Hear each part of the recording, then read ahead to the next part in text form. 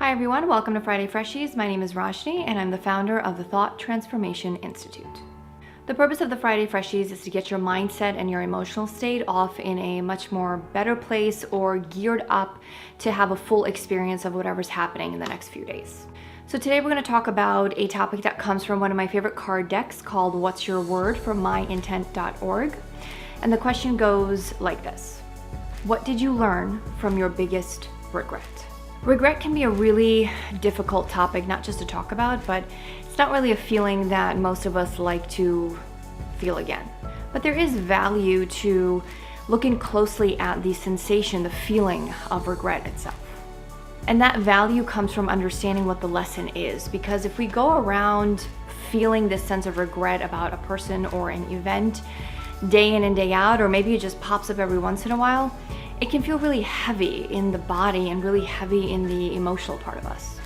So when you take the time to reflect on what you have learned about what your biggest regret is, something that allows you to grow and maybe even transform a little bit, it changes your relationship with the feeling of regret.